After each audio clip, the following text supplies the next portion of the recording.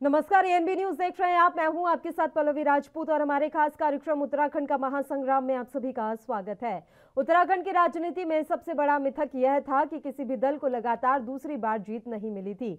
इस मिथक को तोड़ने में भारतीय जनता पार्टी कामयाब रही है। इसके अलावा चुनाव से जुड़े कई मिथक टूटे हैं तो कई बरकरार हैं। उत्तराखंड विधानसभा चुनाव में 70 सीटों में से बीजेपी को 47, कांग्रेस को 19, बीएसपी को 2 और निर्दलियों को 2 सीटें मिली हैं। उत्तराखंड की सियासत में 2 दशक बाद सत्ता परिवर्तन से जुड़ा मिथक टूट गया। चुनाव में बीजेपी ने लगातार दूसरी बार बहुमत हासिल किया है। एक तरफ जहां बीजेपी प्रदेश में जीतने के बाद मुखिया की तलाश कर रही है, तो वहीं कांग्रेस में हार पर मंथन जारी है। अभी और कई मिथक हैं जो उत्तराखंड की राजनीति में इस बार टूट सकते हैं।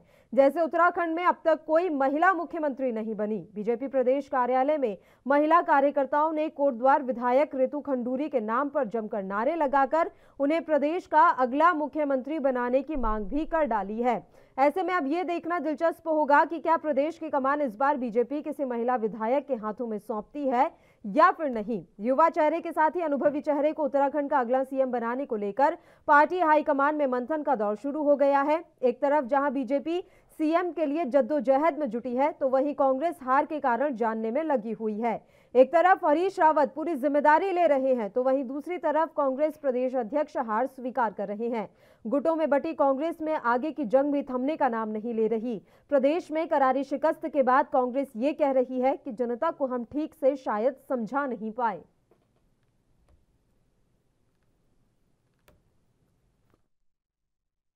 लोगों ने बढ़ चढ़कर हिस्सा लिया। कोटद्वार की भी बहनों को मैं बहुत बहुत नमन करती हूँ कि 14 दिन के अंदर उन्होंने मुझे अपनाया, मेरी सोच को अपनाया, भारतीय जनता पार्टी के विजन को अपनाया। जो हम डेवलपमेंट प्लान पिछले 5 साल से इस प्रदेश में लेकर आए हैं उसको अपनाया और 15 दिन के छोटे कार्यकाल में उन्होंने भारतीय जनता पार्टी को वहां से जिता के भेजा है। मैं उनका धन्यवाद करती हूँ। हमने मिथक तोड़ा है। उत्तराखंड में दोबारा से भारतीय जनता पार्टी की सरकार बनी है। हमारे युवा मुख्यमंत्री आदरणीय धामी जी का बहुत बहुत आभार है कि उन्होंने 6 महीने में जिस तरह से डेवलपमेंट का उनको मैं आभार व्यक्त करती हूँ और ये जीत महिलाओं के साथ साथ उनकी भी है। बहुत बहुत आपका नाम मुख्यमंत्री। देखिए, कांग्रेस के संगठन की बेहतरी के लिए मुझे हमारा हाईकमान अगर इस बात के लिए कहेगा तो मैं सहज, और इसको दोबारा दोहरा रहा हूं, सहर्ष मैं स्वीकार करूंगा, तैयार। कांग्रेस पार्टी किस रूप में मजबूत हो पाए ये मेरा लक्ष्य है और कांग्रेस पार्टी को मजबूती करने का लक्ष्य के पीछे मेरा असली मकसद है इस राज्य को मजबूत करना। उसके लिए जो मुझे आदेश होगा मैं उस आदेश को मानने के लिए पूरी तरह तैयार हूं। मन से, प्राण प्रतिष्ठा से, निश्चय से मैं तैयार हूं। आपसे अच्छा कोई नहीं समझता, और अगर कुछ गलतियां हैं तो वो गलतियां सामूहिक हैं। उस पर किसी के लिए एक व्यक्ति को दोष नहीं दिया जा सकता, क्योंकि उस प्रक्रिया का मैं भी हिस्सा हूं, मैं भी हिस्सा था और अन्य हमारे सभी वरिष्ठ लोग उस प्रक्रिया का हिस्सा थे। इसलिए जो कुछ हुआ वो हम सब ने किया।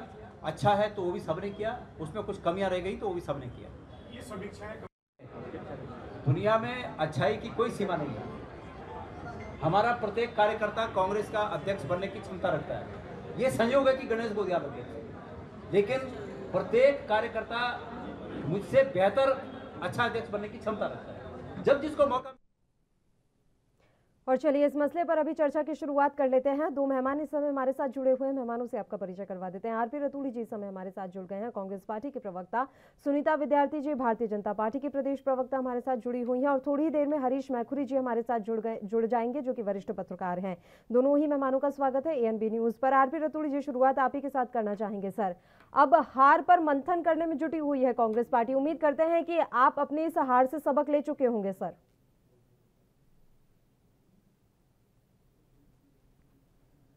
रतूड़ी साहब, आवाज मिल रही है आपको? आरपी रतूड़ी जी से संपर्क टूट गया। सुनीता जी, मेरी आवाज मिल रही है आपको?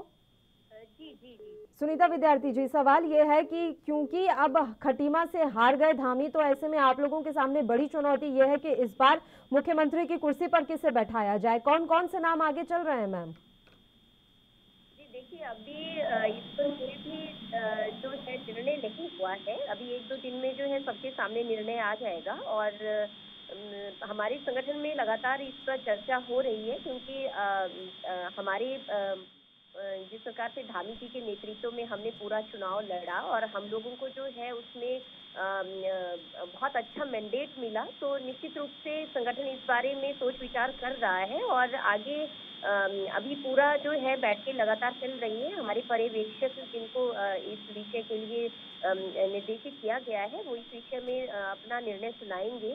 तो लगातार बैठकें हो रही हैं और अभी आज या कल में आपको जो है मुख्यमंत्री कौन होंगे उसका जो है आपको निर्णय सामने आ जाएगा। आरपी रतूड़ी जी, आवाज पहुंच रही है सर? सर, अब कांग्रेस क्या इस समय हार पर मंथन कर रही है? आप हार के कारणों को जानने की कोशिश कर रहे हैं? अभी भी लग रहा है कि ईवीएम में गड़बड़ी की गई। में गड़बड़ी हुई? अरे जनता ने जो मत दिया है जनता का सर्वोपरि है, इसको स्वीकार किया है, निश्चित तौर पर मंथन करेंगे और चिंता तो भी करना पड़ेगा, को भी करना पड़ेगा। 2017 में नीचे झटके क्या है, मुख्यमंत्री जो चेहरा था वो हार गया। अरे हम 11 से 19 गए हैं, चिंतन हमको भी करना पड़ेगा, इनको भी करना पड़ेगा। 11 से 19 गए हैं सर, लेकिन दोबारा सरकार नहीं बना पाए। ये बात मैं आपकी मानती हूँ कि धामी जी अपनी सीट से चुनाव हार गए, लेकिन उन्होंने इतना बड़ा मिथक जो सालों से चला आ रहा था उसे तोड़ दिया। एक बार फिर से प्रदेश में भारतीय जनता पार्टी की सरकार बन गई। कोई बात नहीं, अरे हमने 60 साल तक सत्ता चलाई है, लोगों ने हमको भरोसा रखा है। कोई ये लोकतंत्र का एक सबसे बड़ा खूबसूरती है कि कोई भी बहुमत में आ जाए, स्वागत है, इनको हम बधाई देते हैं कि ये जीत के आए। आपको ये चिंता का विषय नहीं लगता कि राज्य दर राज्य आपके हाथ से निकलते जा रहे हैं? सबसे पुरानी पार्टी, कितने सालों आपने राज किया, उसके बाद भी जनता आप पर उतना विश्वास नहीं जता पा रही। कोई चिंता नहीं है, मंथन करेंगे कि आखिर वजह क्या है कि हमारे सच को परोसने में भी जनता ने स्वीकार नहीं किया, इन्होंने झूठ को परोस दिया, उसे स्वीकार कर लिया। हमने कहा जनता से कि महंगाई है, हमने जनता से कहा कि बेरोजगारी है, हमने जनता से कहा भ्रष्टाचारी जो सत्य का, हमने कहा कि जो उत्तराखंड में पिछले 5 सालों से, केंद्र में 7 सालों से जो ये केवल 100 रुपए के सस्ते राशन पर वाई कह रहे थे, पर हम कह रहे थे कि उसे पकाने का 1000 रुपए का सिलेंडर और छौंकने का 220 रुपए का सरसों का तेल है, लेकिन जनता ने इन पर भरोसा कर दिया, तो अच्छी बात है। अब मुझे ये नहीं समझ में आ रहा कि इसमें जनता की गलती है, किसकी गलती है? सुनीता विद्यार्थी जी, यानी कि जो 4 राज्य, ना सिर्फ उत्तराखंड, बाकी 3 राज्यों के भी मैं बारे में बात करूंगी, इन चारों राज्यों की जनता बेवकूफ है, मूर्ख है कि वो आपके झूठे वादों में आ गई।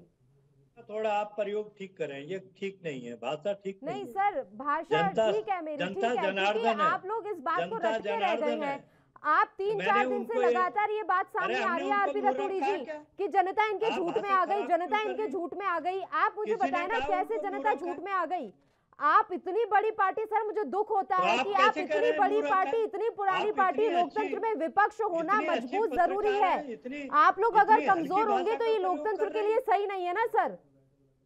अरे आप इतनी अच्छी पत्रकार हैं और इतनी घटिया भाषा का प्रयोग कर रहे हैं, अच्छी बात है। आप खुद क्या कह रहे हैं? आप ये कौन सी बात हुई? मैंने वो सच बोल दिया जो आप दबी जुबान में कहना चाहते हैं सर। आप सीधे सीधे नहीं बोल रहे, क्योंकि आपको अगले 5 साल का इंतजार करना है, उसके बाद फिर से चुनावी मैदान में जाना है। आप लोग तो यही कर रहे हैं ना। आप लोग कौन सा, आप लोग लगातार एक ही बात बोल रहे हैं कि जनता इनके झूठ में आ गई। जनता बेवकूफ नहीं है, जनता बेवकूफ नहीं है सर, जनता मूर्ख नहीं है। ये बात अब आपको समझनी होगी। मैंने नहीं कहा, मैंने तो कहा कि हम आप लोग हर बार जनता पर कैसे डाल देते हैं? उन पर भरोसा कर दिया। आप मुझे बताएं रतूड़ी साहब, आप इतने सीनियर हैं, आप इतने उम्रदराज हैं, तो आप मुझे ये बताएं कि हर बार जनता पर कैसे डाल देते हैं आप लोग? आप हर वक्त जनता पर कैसे डाल सकते हैं कि जनता आ गई इनके झांसे में? कैसे आ गई? मैंने कहा कि मैंने क्या कहा? मैंने कहा कि हमने सच कहा कि महंगाई है, हमने कहा कि सच कहा कि बेरोजगारी है। हम सच को बेहतर नहीं परोस पाए, इनके झूठ पर भरोसा करा, मैंने तो ये कहा ना। आप अभी भी अपनी उसी इतनी हल्की डीसीपीटी की भाषा का रणनीति पर प्रयोग क्यों चलना कर चाहते हैं सर? आपको पता है कि जनता आप पर भरोसा क्यों नहीं कर पाती? पर क्योंकि आप अरे सुनिए, भाई, अब आप मेरी भाषा बात प्रयोग सुनिए। ठीक करो। छत्तीसगढ़ का जो मुख्यमंत्री उत्तराखंड में आकर सिलेंडर के दाम कम करने की बात कहकर जाते हैं, उनके खुद के राज्य में सिलेंडर के दाम कितने हैं जनता को ये समझ में आता है। जनता को ये समझ में आता है कि जिस बेरोजगारी की बात कांग्रेस चिल्ला चिल्ला कर करती है, राजस्थान में बेरोजगारी की दर सबसे ज्यादा है। अब जनता को ये समझ में आता है। आप ये भी बोले कि जनता समझदार हो गई है, ये मत कहिए कि जनता सिर्फ झूठे और वादों में और झांसे में आ रही है।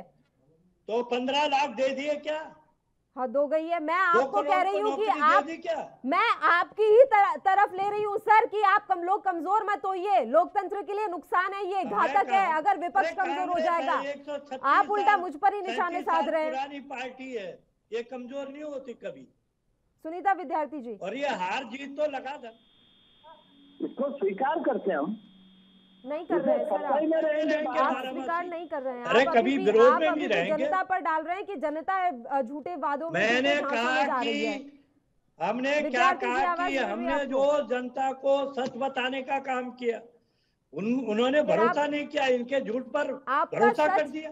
आपका सच सेलेक्टिव है, आपका सच सेलेक्टिव है। आप ये इस बात को समझिए जो मैं आपको कहना चाह रही हूँ कि वही महंगाई छत्तीसगढ़ में ज्यादा है जिसे कम करने के लिए उत्तराखंड आप लोग आए।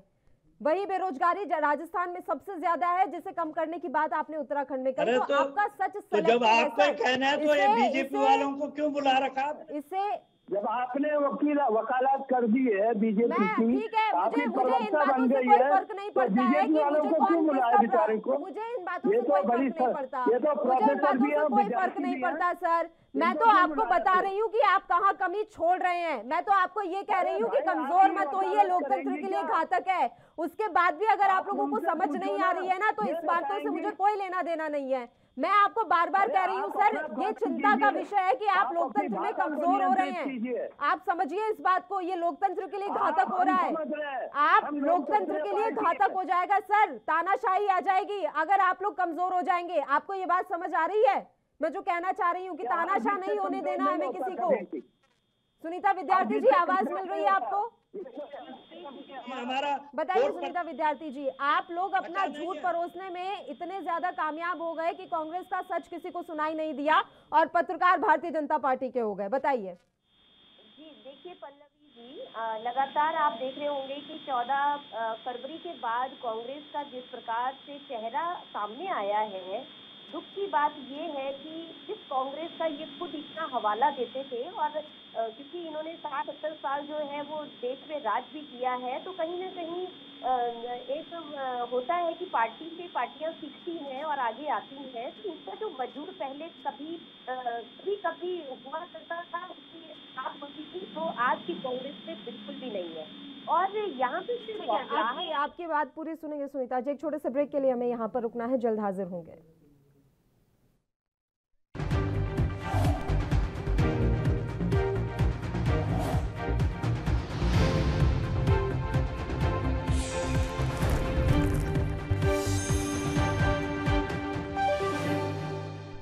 ब्रेक के बाद एक बार फिर से आप सभी का स्वागत है। चर्चा की शुरुआत कर लेते हैं। सुनीता विद्यार्थी जी, आप ही का रुख करेंगे, अब आप अपनी बात जारी रखिए।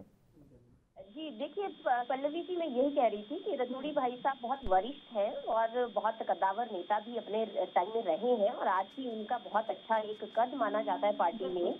और उनको जिस प्रकार से उनकी जो अभी बौखलाहट सामने आ रही है वो इसलिए जायज है क्योंकि जो नेतृत्व उनका हुआ करता था उसमें मैंने देखिए लगातार हम इनको सचेत करते रहे कि आपकी लीडरशिप में बहुत ज्यादा प्रॉब्लम है, और आपकी लीडरशिप जो है वो ऐसा विश्वास भी आपको खड़ा नहीं होने देगी। इस बात को हम लोग लगातार आगाह करते आ रहे थे। अब जिस प्रकार से अपार जन समर्थन भाजपा को मिला है, भाजपा की नीतियों को मिला है और भाजपा के सच को मिला है, जो सच भाजपा ने लोगों के सामने परोसा, अगर झूठ परोसा होगा, आजकल मैंने पहले भी ये बात की है कि गूगल जो है सबसे सुंदर है और हर व्यक्ति जो है हर चीज को ये मिनट में सामने कर लेता है, जान लेता है। उसको आज किसी पे डिपेंडेंट होने की जरूरत नहीं है कि कौन झूठ बोल रहा है कौन सच बोल रहा है।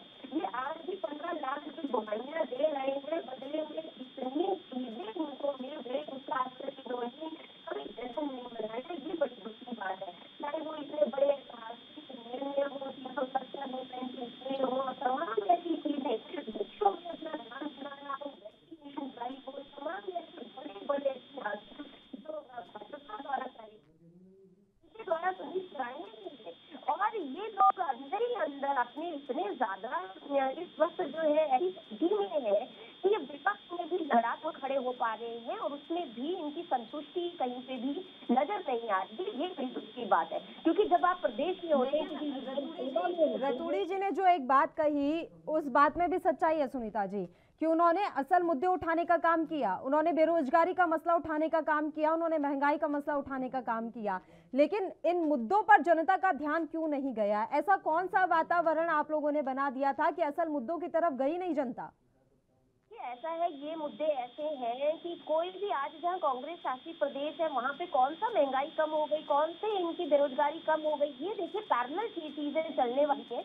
लेकिन भाजपा ने इस प्रकार से स्वरोजगार लोगों के हाथ में दिया, लोगों को गवर्नमेंट सर्विसेज में डिपेंडेंट ना होकर उनको रास्ते दिखाए, उनके हाथों में फाइनेंशियल एक हेल्प दिया, ऊपर से उनको स्वरोजगार करने के लिए माध्यम दिए। आज आप बताइए कि कितने हमारे हजारों युवाएं जो हैं आज मातृशक्ति जो है वो हमारी स्टार्टअप और खुद के अपने उद्योग चला रहे हैं, जिससे उनके घर बार चल रहे हैं। भाजपा ने उस तरफ ध्यान दिया, भाजपा ने लोगों को घर दिए, लोगों को रोटी दी, लोगों को राशन बांटा। उनके ऐसे समय में खड़े हुए जिस वक्त उनके सामने एक ऐसी चुनौती खड़ी हो गई थी कि वो ना घर के थे ना घाट के थे। उसमें तमाम लोग थे, उसमें कोई ऐसा नहीं था कि कोई पार्टी विशेष, कोई जाति विशेष, कोई धर्म विशेष, ऐसा कुछ नहीं था। भाजपा ने सबको एक नजर से देखा, जो हमेशा देखती है और हमेशा इस बात को मानती है कि सबका विश्वास, सबका साथ लेकर हम जिस प्रकार से इस मंत्र को लेकर आगे चले हैं उस पर हम खड़े उतरे हैं। जनता ने हमारे विश्वास पे विश्वास जताया है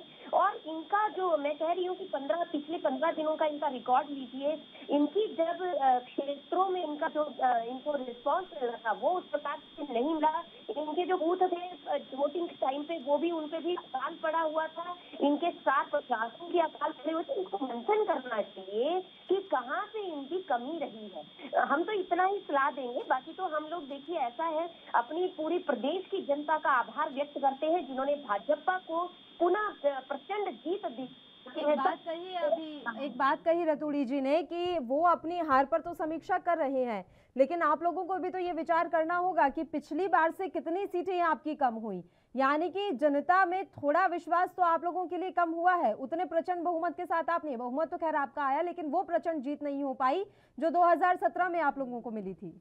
जी बिल्कुल पल्लवी, देखिए हम लोग इस वक्त जो है जब हमको पिछले वोटिंग के बाद जो समय मिला उसमें भी हमने लगातार समीक्षाएं की, कहाँ पे हम लोगों की कमियां नजर आई, क्योंकि वोटिंग के दौरान ही पता चल जाता है कहाँ से कितने मत आने हैं, कहाँ पे नहीं आए, कहाँ पे कमियां रही। तो हम लगातार इन्हीं की समीक्षा कर रहे थे और अभी भी जो हमारा 57 से मैंडेट कम हुआ है हम उससे लगातार चर्चा कर रहे हैं, लगातार देख रहे हैं किस वर्ग को हम लोग जो है संतुष्ट नहीं कर पाए, कहाँ पे कमियां रही, कहाँ पे हमारी जो सुविधाएं थी वो लोगों तक नहीं पहुंची, जनता ने किस वजह से हमको जो 6-7 सीटें उन पर नकारा है। हम लोग निश्चित रूप से उस पर लगातार मंथन कर रहे हैं और हमारी ये कोशिश है कि उन पे आने वाले 5 सालों में इतना काम किया जाए कि हमारा जो लक्ष्य हमने हमारे प्रदेश अध्यक्ष श्री मदन कौशिक जी, हमारे संगठन ने, हमारी सरकार ने जो दिया था उसको हम पूरा करें। उसके लिए हम कृत संकल्पित हैं और लगातार हम लोग चाहेंगे कि हम लोग जहाँ पे हम लोग सीटें नहीं निकाल पाए वहाँ पे हम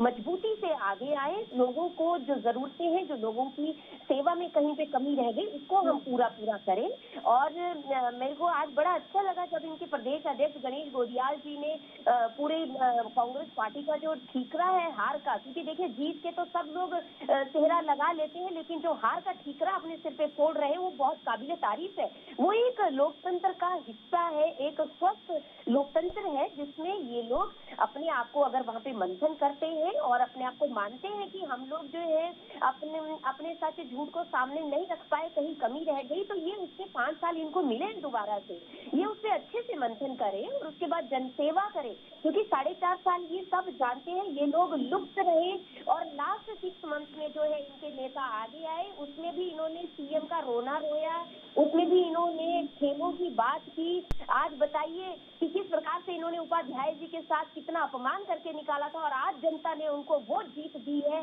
कि हैट्स ऑफ है उनको कि उनके कार्य को जनता ने सराहा है। तो ये तमाम चीजें इनको इसमें देखना पड़ेगा कि ये दूध से मक्खी की तरह उठा के जो फेंकने वाली इनकी बात है, इस तरीके से ये लुप्त हो जाएंगे। और वही बात हमारी, जिस प्रकार से अटल जी ने एक बार संसद में कहा था और इन्होंने बड़ा मजाक उड़ाया था उस बात का, तो ये वो समय आने वाला है। ये सचेत नहीं हुए तो ये विपक्ष में भी नहीं रहेंगे, इसका इनको लगातार उदाहरण मिल रहा है। चलिए ठीक है, हरीश जी जुड़े हैं हमारे साथ। हरीश जी, आवाज मिल रही है आपको? हरीश मैकुरी जी, आवाज पहुंच रही है सर आप तक? हाँ, पहुंच रही है। चलिए हरीश मैकुरी जी, अभी चर्चा यही चल रही है कि उत्तराखंड में अब आगे क्या, क्योंकि भारतीय जनता पार्टी के सामने अभी चुनौती है कि किसे मुख्यमंत्री की कुर्सी पर बैठाया जाए। इस बीच ये जानकारी मिल रही है सर कि उत्तराखंड में अब तक कोई महिला मुख्यमंत्री नहीं बनी है, तो ऐसे में रितु खंडूरी के नाम पर महिला कार्यकर्ता जो है भारतीय जनता पार्टी की, वो जमकर नारे लगा रही है और मांग कर रही है कि रितु खंडूरी को मुख्यमंत्री बनाया जाए। निश्चित रूप से महिला मुख्यमंत्री बनाने में कोई दिक्कत नहीं है, क्योंकि वो 50% आबादी हैं और समाज की प्रथम महत्वपूर्ण व्यक्ति हैं। तो इसलिए निश्चित रूप से महिलाएं किसी भी समाज की धुरी हैं, परिवार की धुरी हैं, पुरुषों की जन्मदात्री हैं, तो महिलाओं का सम्मान होना चाहिए। अगर मुख्यमंत्री बनाया जाता है तो ये तो स्वागत योग्य कदम है, और पहली मुख्यमंत्री उत्तराखंड में अगर भारतीय जनता पार्टी देती है तो इसमें कोई दिक्कत भी नहीं है, बहुत बढ़िया बात है। लेकिन मेरा जहाँ तक समझ है ये है कि बहुत सारे जब मुख्यमंत्री चुने जाते हैं तो बहुत सारे समीकरण, महिला हो गया, पुरुष हो गया, जाति हो गया, घाटी हो गया, मैदान हो गया, पहाड़ हो गया, कुमाऊं हो गया, गढ़वाल हो गया, बहुत सारे समीकरण पार्टी देखती है, तब जाके ऊपर हाईकमान जो है फैसला करता। नीचे की बहुत सारी सिफारिशें ऊपर एनालाइज होती हैं, तो इसमें मेरे ख्याल थोड़ा सा टाइम लगेगा। आजकल में मेरे ख्याल 14-15 तक इनका शपथ ग्रहण भी हो जाएगा जहाँ तक हमारा है। तो निश्चित रूप से जो पार्टी हाईकमान इनका तय करेगा। वैसे तो विधायकों ने अपने बहुमत दल का नेता चुनना है, विधायकों की मीटिंग हो, जिसका नाम प्रस्तावित हो जाएगा उसको मुख्यमंत्री बनाया जाना चाहिए। लेकिन एक उत्तराखंड में हम ये देख रहे हैं, एक परिपाटी ये भी है कि राष्ट्रीय पार्टियां ऊपर से तय करती हैं कि हम किसको उत्तराखंड का मुखिया बनाएंगे। सर अब थोड़ी चर्चा इस दिशा में मोड़ देते हैं कि आपने क्या वजह अभी तक समझ पाए हैं उत्तराखंड में कांग्रेस की दोबारा वापसी न करने के पीछे, और बीजेपी के जीत के पीछे आप क्या वजह अभी तक जान पाए हैं? नहीं, भारतीय जनता पार्टी के जीत के बारे में तो बड़ी साफ है। तो इनके जो महत्वपूर्ण विकास के काम है, चाहे ऑल वेदर रोड है, चाहे जो रेलवे लाइन ये बिछा रहे हैं उसका काम तेजी से चल रहा है, चाहे घर घर नल और जल की बात है, चाहे गठियरी योजना है, चाहे गैरसैंण को ग्रीष्मकाल राजधानी बनाने की बात है, इस तरह की बहुत सारी महत्वपूर्ण योजनाओं। कोरोना काल में घर घर जो इन्होंने राशन दी है फ्री की, करीब 1.5 साल हो गया है अभी भी, तो इस तरह के कुछ काम भी जुड़े रहे। उसके अलावा मोदी का जो जादू है वो अभी भी उत्तराखंड में भी बरकरार है, तो मोदी मैजिक जिसको कहा जा रहा है वो भी रहा। उसके अलावा विधायकों की अपनी अपनी परफॉर्मेंस भी रही है। कुछ विधायक जो दोबारा जीत के आए हैं तो उनकी परफॉर्मेंस भी कहीं ना कहीं काम की है। उसके अलावा जो भारतीय जनता पार्टी का कार्यकर्ता है वो बहुत महत्वपूर्ण भूमिका निभाता है, चुनाव में भी, आगे पीछे भी। उसके अलावा इनके कई आनुषंगिक संगठन है, वो हिडन रूप से काम करते हैं सोसाइटी में, तो वो सारे मिल के कलेक्टिव जीत है। ये हम नहीं कह सकते हैं केवल इसके नाम पे वोट पड़े या केवल विकास के नाम पे वोट पड़े। कलेक्टिव चीजें होती हैं बहुत सारी, जैसे चुनाव के टाइम पे बहुत सारी अफवाहें भी चलती हैं, सारी पार्टियां चलाती है, पक्ष भी चलाता है, विपक्ष भी चलाता है, वो सारे फैक्टर जुड़ के कांग्रेस के हार के पीछे की वजह भी आपसे जानने की हम कोशिश करेंगे। उससे पहले बस एक छोटे से ब्रेक के लिए यहाँ रुक रहे हैं, जल्द हाजिर होंगे।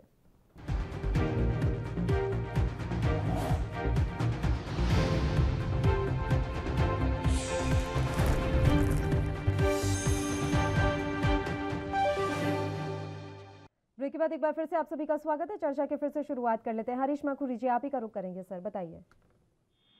जी हाँ, मैं ये कह रहा था, एक तो मतलब चुनाव में जीत हार के लिए बहुत सारी कलेक्टिव चीजें होती हैं। पक्ष ने अपने चुनाव के एजेंडे में क्या रखा, विपक्ष ने अपने चुनावी घोषणा पत्र में क्या रखा, ये सारी चीजें जनता एनालाइज करती है, तब जाके वोट देती है। ये बड़ा महत्वपूर्ण है, बड़ा महत्वपूर्ण पर्व होता है चुनाव जो है लोकतंत्र का सबसे बड़ा। तो इसलिए जनता ने जो वर्डिक्ट दिया है उसको सभी राजनीतिक दलों को विनम्रता के साथ स्वीकार करना चाहिए।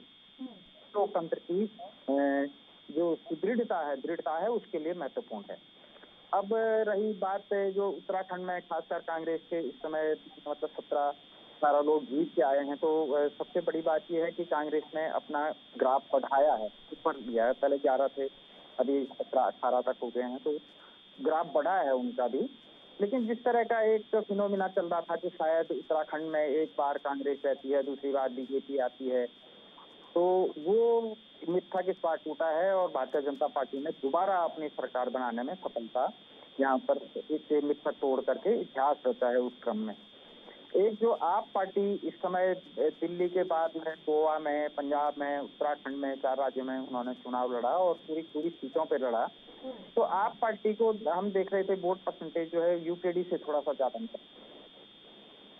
तो जो आप पार्टी जो वोट ले गई है, अगर आप पार्टी चुनाव नहीं लड़ती तो शायद कांग्रेस का जो आप पार्टी को वोट मिला है वो और बढ़ता, हम ऐसा समझ पा रहे हैं। खुद हरीश रावत ने भी ये बात स्वीकार की थी कि आप पार्टी कांग्रेस को वोट काट रही। तो ऐसा थोड़ा बहुत है भी, कुछ वोट परसेंटेज वो कांग्रेस को ज्यादा पड़ता अगर आप पार्टी चुनाव नहीं करती तो। पंजाब में भी आप पार्टी ने कांग्रेस को बहुत मतलब वहाँ पे डिफीट किया है, खुद अपनी वो सरकार बनाने में वहाँ पे सफलता हासिल की है। तो उत्तराखंड में भी कहीं ना कहीं आप पार्टी ने कांग्रेस को घटा किया है, ऐसा हम समझ पाते हैं। दूसरा जो यूकेडी है, उन्होंने जो परफॉर्मेंस देनी चाहिए थी राज्य बनाते समय, यूकेडी की बड़ी महत्वपूर्ण भूमिका रही। उन्होंने काफी यहाँ पे काम किए, आंदोलन किए, शहादतें दी, सारे लोग मिल करके उत्तराखंड आंदोलन लड़े। लेकिन उसके बाद यूकेडी जो है ऐसा लगा कि बस हमने अपना उद्देश्य प्राप्त कर दिया और वो धीरे धीरे कम होती चली, सिकुड़ती चली गई पार्टी। और जो हमारा गैरसैंण राजधानी का मुद्दा है वो यूकेडी ने सिरे से एक तरह से उसके लिए कोई बड़ा परफॉर्मेंस दिया नहीं है और उसके लिए कोई बड़ा एजेंडा बड़ा वो नहीं चलाया, तो वो उसका घाटा यूकेडी को उठाना पड़ा। यूकेडी अगर उसको पकड़े रखती तो शायद आगे जो है उत्तराखंड की रीति नीति कैसी हो क्या हो, हम यहाँ पे धार्मिक पर्यटन को बढ़ा सकते हैं। हमारे 4 धाम है, उसके अलावा जागेश्वर और बागेश्वर है, नैनीताल जैसी खूबसूरत जगह है, मसूरी जैसा सुंदर शहर है, पौड़ी जैसा विहंगम दृश्य जहाँ से दिखता है, पूरा उत्तराखंड दिखता है, गोपेश्वर जैसा ऑटो क्लाइमेट शहर है। तो इनको हम हिल स्टेशनों के रूप में डेवलप कर सकते हैं। यहाँ तक हम ट्रेनें पहुँचाएं, यहाँ तक हम संसाधन पहुँचाएं, होम स्टे योजना को ज्यादा प्राथमिकता दें, तो हमारा धार्मिक पर्यटन यहाँ पे बढ़ सकता है। हरिद्वार जैसी सुंदर नगरी है, देहरादून जैसा एजुकेशन और हेल्थ का हब शहर हमारे पास है। उसके अलावा हल्द्वानी जैसा तराई का इलाका है हमारे पास, जो आदि धान के लिए बहुत फेमस है। तो हम इसका लाभ उठा सकते हैं। हम तो ऐसी उपजाऊ धरती पे रह रहे हैं उत्तराखंड की कि इसका लाभ राजनीतिक दलों को उठाना चाहिए। लेकिन होता क्या है कि हमारे जो चुनकर विधायक आते हैं उनकी पोटेंशियलिटी क्या है, उनकी सोच क्या है, वो कितने प्लानर है, कितने ढंग के। अब मुझे तो उत्तराखंड में एनडीटी वाड़ी के बाद कोई ऐसा प्लान वाला मुख्यमंत्री दिखाने की जो उत्तराखंड की प्लानिंग कर सके। ये तो जो हमारी बड़ी बड़ी योजनाएं बन रही है उत्तराखंड में, वो तो केंद्र की योजना है, उत्तराखंड की तो अपनी कोई योजना ही नहीं है। उत्तराखंड का राजस्व भी बहुत कम है। उत्तराखंड कुछ करीब 4000 करोड़ 5000 करोड़ के घाटे में चल रहा है, कर्ज लेकर हम सरकारें चला रहे हैं। तो इस पर क्या स्थायी समाधान हो सकता है वो देखना पड़ेगा।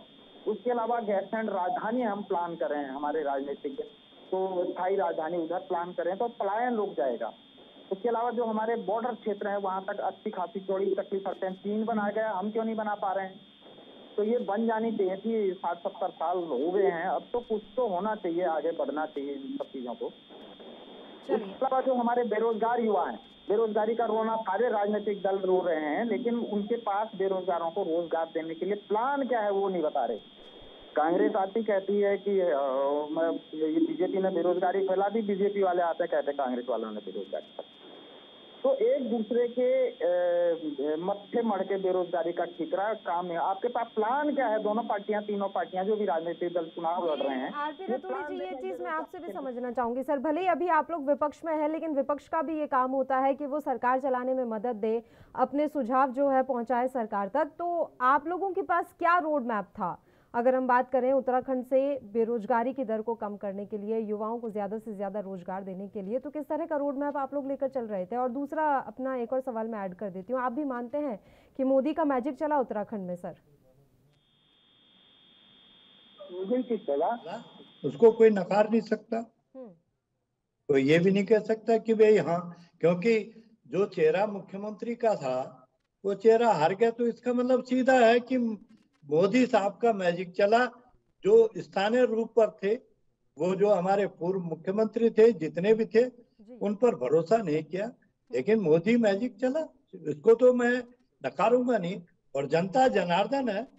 अब आप देखिए ना, एक तरफ आम आदमी पार्टी को पंजाब में सत्ता सौंपती, एक तरफ उत्तराखंड में जमानत जब्त करती है, वही आम आदमी पार्टी है, वही एजेंडा उनका वहां भी था, वही एजेंडा यहाँ था।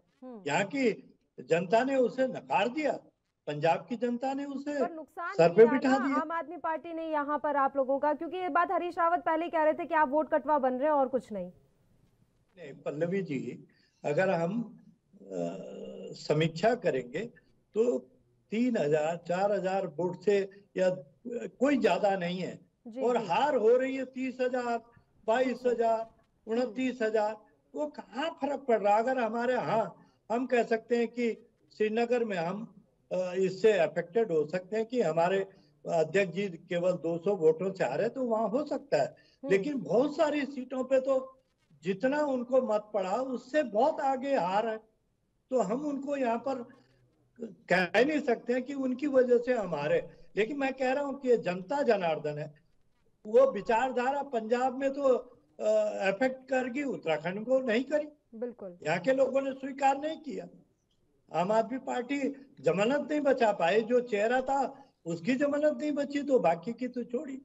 हमारा रोड मैप तो निश्चित पर आप देखेंगे, जब हरीश रावत जी मुख्यमंत्री थे, जो उत्तराखंडियत की बात करते थे, शायद 11 मुख्यमंत्रियों में एक खंडूरी साहब थे जो जिनके मन में उत्तराखंडियत थी। उसके बाद हरीश रावत जी थे जो कहते थे कि यहाँ के रोजगार नौजवानों को गाढ़ गदेरे से परियोजना, जो हाइड्रो प्रोजेक्ट है, हम गाढ़ गदेरे पे ले जाएं।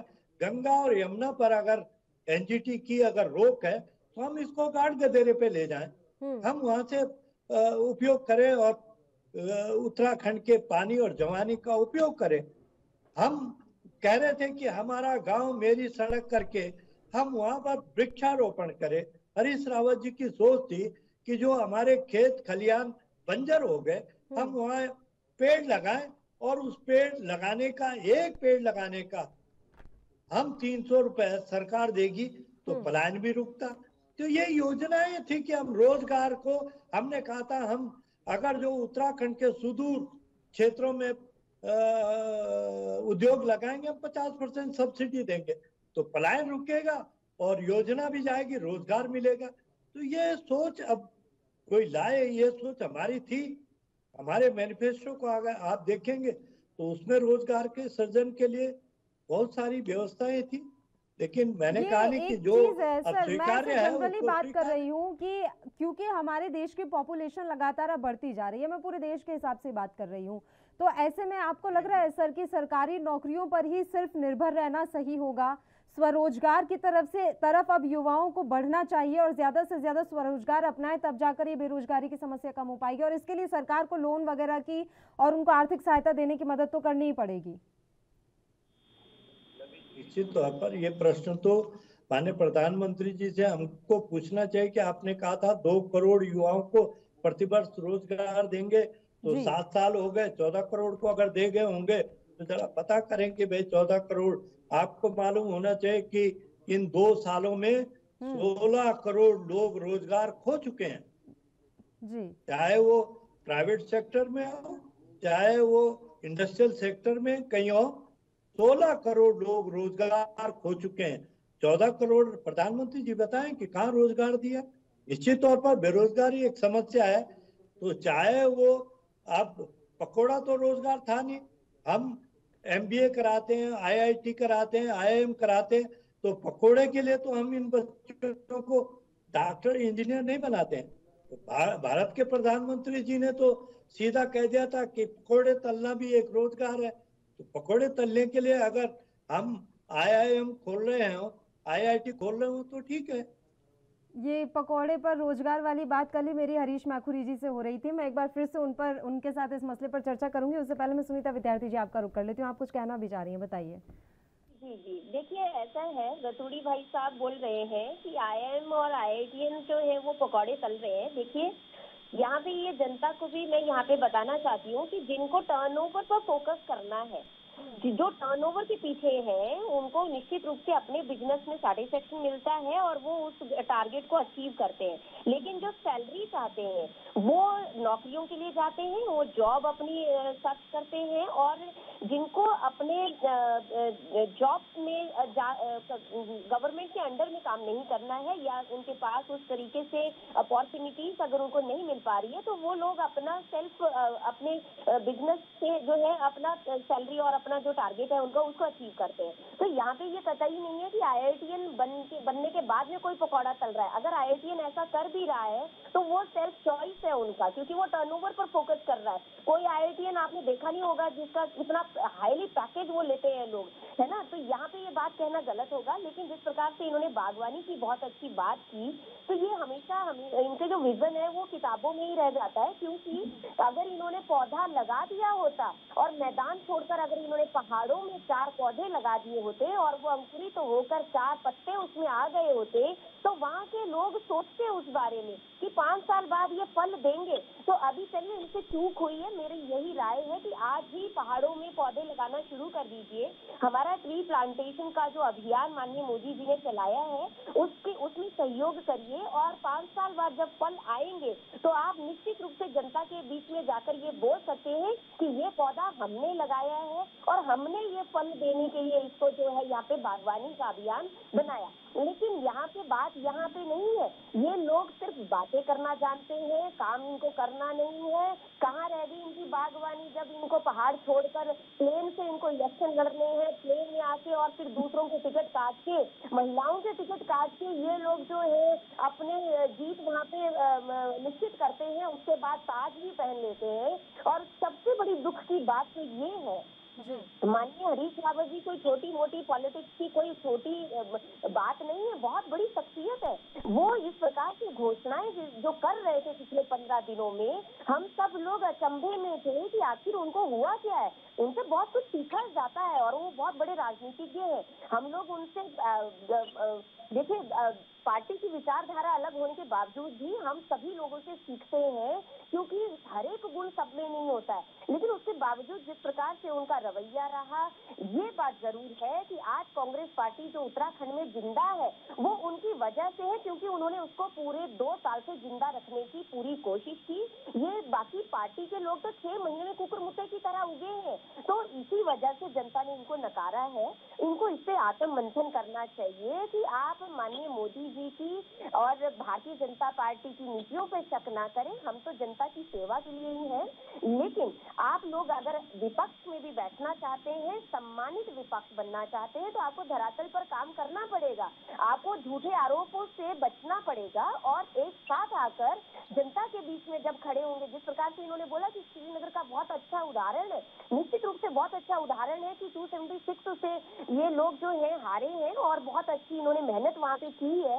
तो इस चीज का हर एक देखिए जो पार्टी में होते हैं वो विश्लेषण करता है कि किस व्यक्ति ने कितना काम किया आगे के लिए, वो अब कितने हमारे लिए। अब देखिए भारतीय जनता पार्टी के पास बहुत बड़ी चुनौती है कि अपनी सीट को दोबारा बचाने के लिए 5 साल में उनको वहाँ पे सूर्य की तरह तपना होगा, तब जाके जनता जो है उनको फिर से प्रचंड जीत दिलवाएगी। ये बहुत बड़ी चुनौती है। तो ऐसे मंथन हम लगातार कर रहे हैं और हमारी यही पूरी पार्टी से, पूरे प्रदेश की जनता से यही हमारा एक हमारी तरफ से संदेश है कि हम जनता के लिए बने हैं, जनता के लिए सेवा के लिए आए हैं। और अगर आपको लगता है कि हम कहीं पे भी चूक रहे हैं तो निश्चित रूप से आप आए और यहाँ पे सबके लिए देखिए दरबार है, आप सभी लोग अपनी बात रख सकते हैं, सबको अधिकार है और भारतीय जनता पार्टी में तो ये अधिकार जो है हर एक व्यक्ति को है कि वो अपनी सही बात रखने के लिए वो मंच उनको दिया गया है। तो कांग्रेस पार्टी को आप पार्टी पे इतना नहीं फोकस करना चाहिए। जहाँ पे कांग्रेस हथियार छोड़ डाल देती है वहाँ पे ये आप पार्टी को ऊपर चढ़ाती है, क्योंकि इन्होंने देखिए दिल्ली में क्या किया। दिल्ली में पहले शीला दीक्षित जी इनके लिए आप पार्टी के लिए बहुत बड़ा एक मुद्दा थी। बाद में इन्होंने वहाँ पे बिल्कुल अपना जो है एक कैंडिडेट वहाँ पे ढंग से खड़ा नहीं किया, एक बार भी मेहनत नहीं की जनता के बीच में कि आप पार्टी आए। इसीलिए हम इनको ऑप्रेस कहते हैं, आप प्लस कांग्रेस, क्योंकि ये एक ही पार्टी है दोनों। ये कांग्रेस में देखिए पंजाब का हाल देख लीजिए, कांग्रेस में इनकी तन्नी जी दो जगह पे अपनी सीट गवा गए क्योंकि इन्होंने पूरा आप पार्टी को समर्थन दिया इनडायरेक्टली। और उत्तराखंड में भी ये यही करना चाह रहे थे, लेकिन उत्तराखंड में अब पहले ईवीएम खराब थी, फिर उसके बाद इन्होंने तंबू लगा दिए, फिर इनका बहुत कीमती सामान अंदर था, पहरेदारियां हुई, सब हुआ। तो अब जाके अब इनके पास कुछ नहीं बचा जनता को बताने के लिए, तो अब कह रहे हैं कि आप पार्टी हमारे वोट खा गई। इस बात से तो खैर मना कर दिया रतूड़ी जी ने कि हम आम आदमी पार्टी को दोष नहीं दे रहे हैं। इस बात से तो वो इनकार ही कर रहे हैं ना। उन्होंने कहा कि आम आदमी पार्टी ने हमारा इतना नुकसान नहीं किया है, हार की वजह वो तलाशने की कोशिश करें, लेकिन आम आदमी पार्टी को दोष नहीं दिया आरपी रतूड़ी जी ने। ये बात सराहनीय है। चर्चा लगातार जारी रहेगी, बस एक छोटे से ब्रेक के लिए हम यहाँ रुक रहे हैं, जल्द हाजिर होंगे।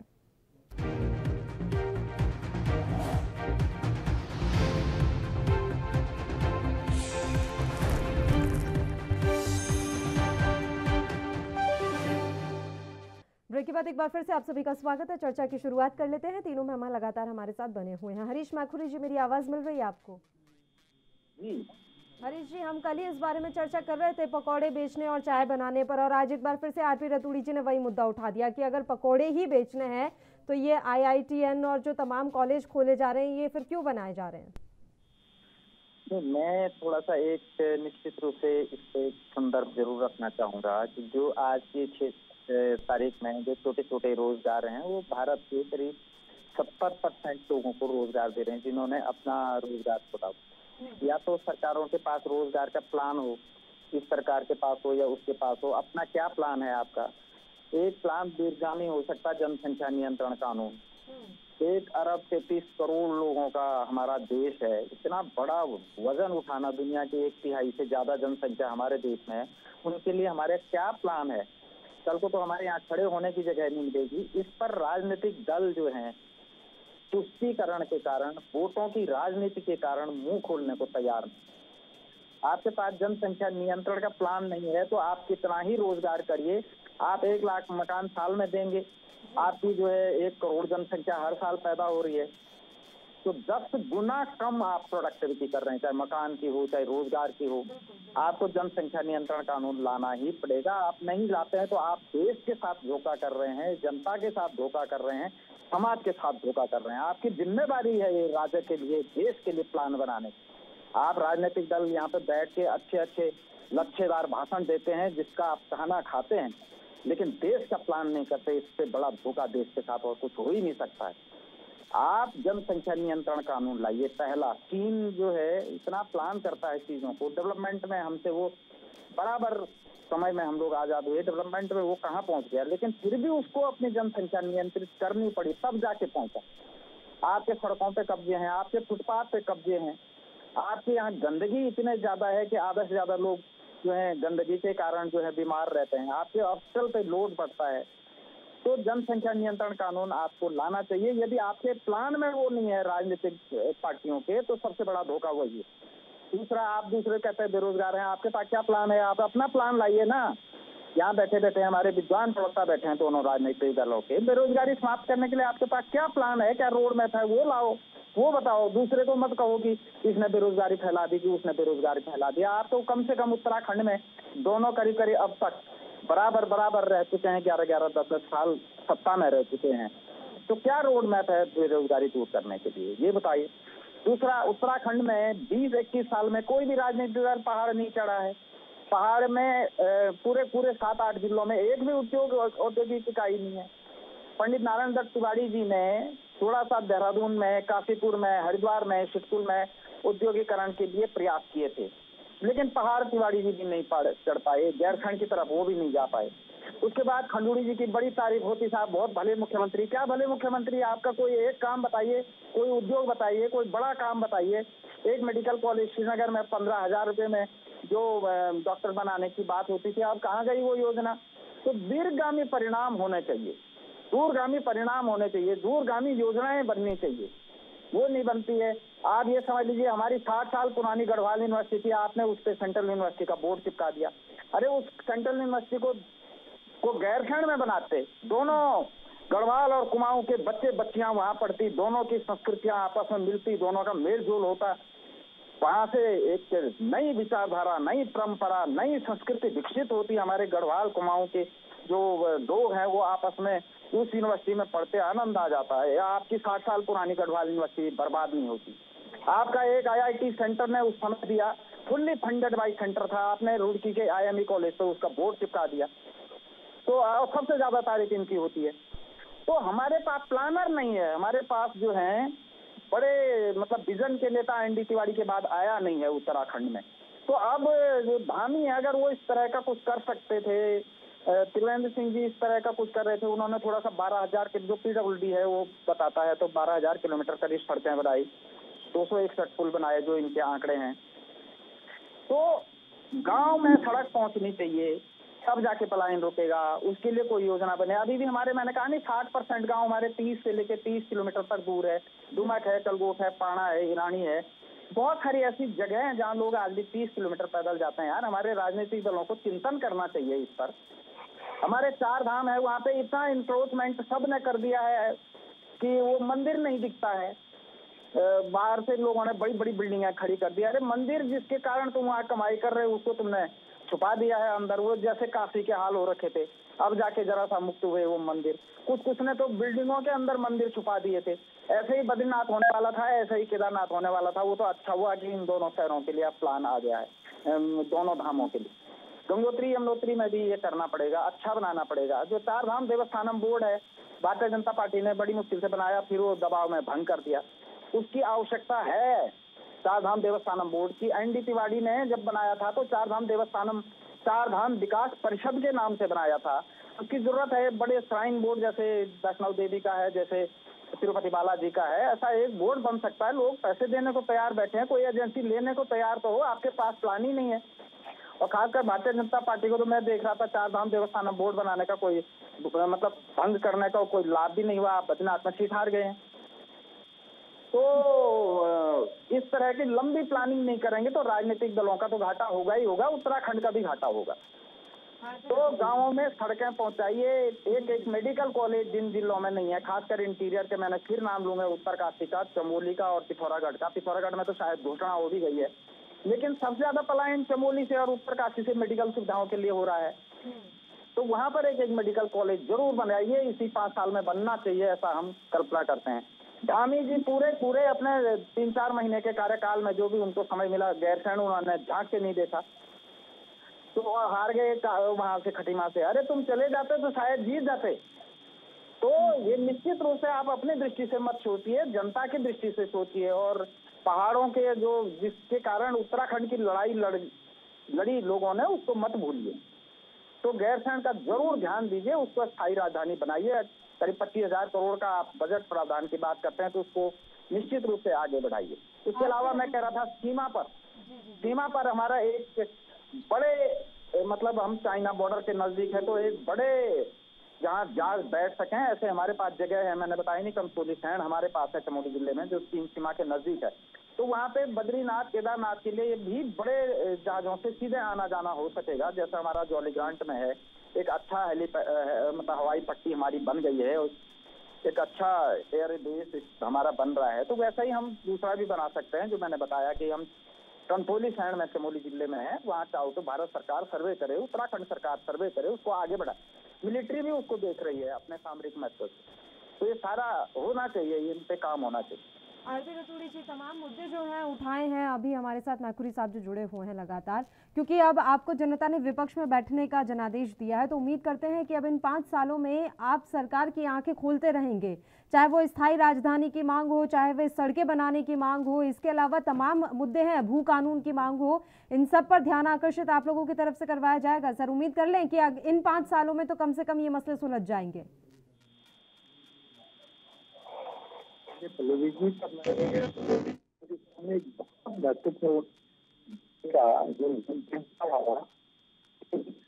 साहब को मैं संज्ञान दूं, सन 75 से 77 तक हमने प्लानिंग जो कांग्रेस का सबसे बड़ा एजेंडा था, उसकी वजह से 77 में हमारी सरकार गई। खूब ध्यान हो, लोकतंत्र पार्टी में भैया कौन इतना बड़ा रिस्क लेगा, हम तो जनसंख्या और उस जनता पार्टी का हिस्सा उस समय जनसंघ होता था, वो हिस्सा बन गया था। उन्होंने विरोध किया था कि भारत की ये कांग्रेस पार्टी तो केवल एक जनता जनसंघ उसको फ्रेंडली प्लानिंग करा रही है, ऑपरेशन करा रही है। तो मुद्दा हुआ था संसद पर हारने का। तो आप अच्छी योजनाओं का केवल राजनीतिक रूप के लाभ के लिए करेंगे तो ये इस कदम को दूसरा उठाने का काम करेगा। तो पता लगा, उन्हें तो भय पता है कि 77 में तो कांग्रेस इसलिए हारी, पता लगा हमने अगर ये काम कर दिया तो हमारी भी पब्लिसिटी हो जाएगी। और लोकतंत्र में तो भैया लोकसभा में जब सदस्य जाएगा तो सरकार बनेगी, विधानसभा में सदस्य जाएगा तो सरकार बनेगी।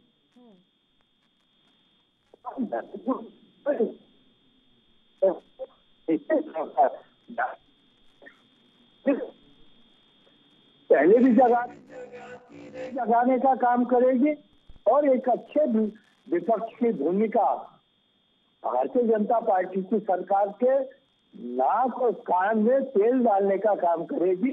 आप सजग रहो, जनता को भले चाहे अब की सरकार बन गई, अब कैसे बनी क्या बनी ये तो भगवान जाने, पर बहुमत आपको मिला, आपको बधाई हो।